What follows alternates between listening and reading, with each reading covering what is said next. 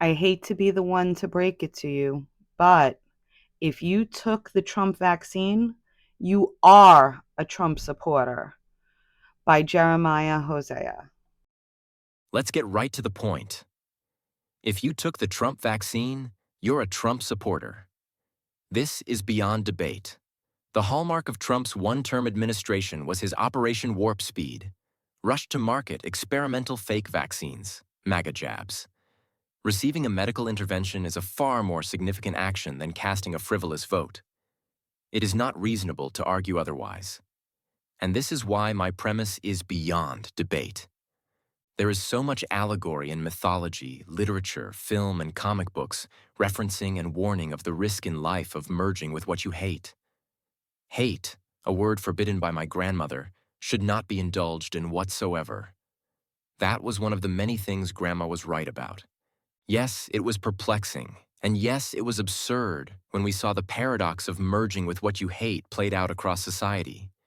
When people received Trump's autograph in their bloodstream in the form of experimental, rushed-to-market fake vaccines that were ultimately faker than the fake news that Trump famously and frequently referenced.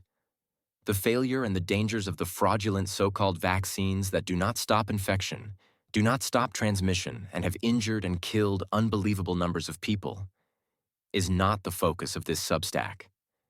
This is about people. This is about us. This is about the phenomenology, the philosophical study of the structures of experience and consciousness, of what is occurring in our society. Let's retrace our steps and review some recent history.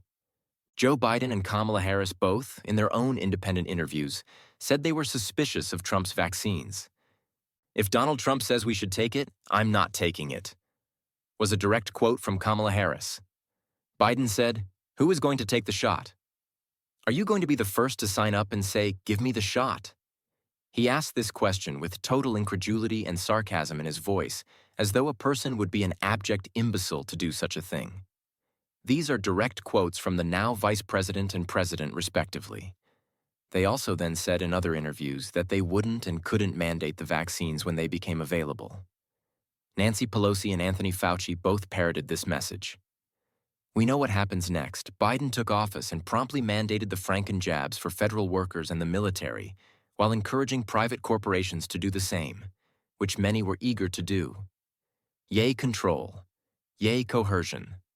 As we all know, the penalty for not receiving your mRNA injection is you lose your job, you can't go to the museum, you can't go to a ball game, you can't go to a restaurant, you can't go to a music venue, etc.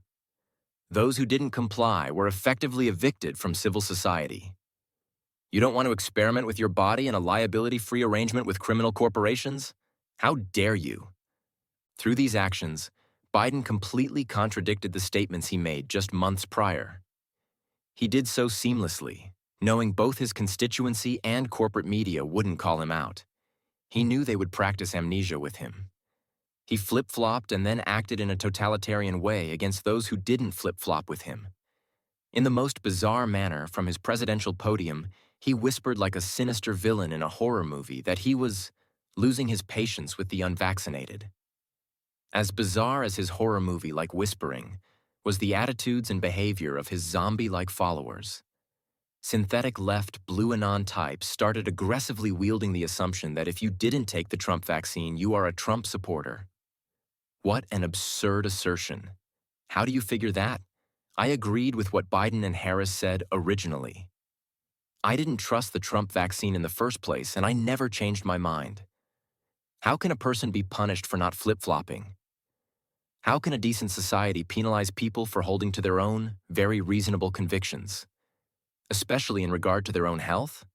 Furthermore, how is it possible that people care so little about the fact that their leaders, the people they voted for, lie so blatantly to their faces? I mentioned comic books earlier.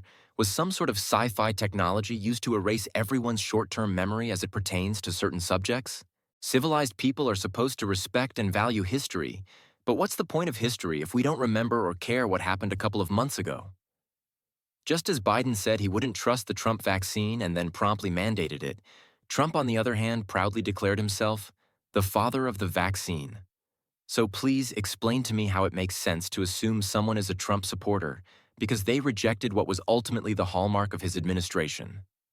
Likewise, explain to me how it was a contradiction of Trump to participate in his crowning achievement, the emergency use authorization of injections that were falsely marketed as vaccines and ultimately turned out to be negative efficacy products that he refuses to denounce to this day.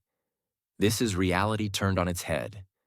This Substack was inspired by resistance on the front lines of the medical freedom movement. Kaoru Wang was protesting for her bodily autonomy alongside other freedom fighters when someone rudely yelled at them, "Trump supporters!"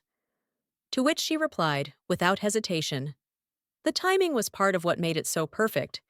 You took the Trump vaccine. You're the Trump supporter."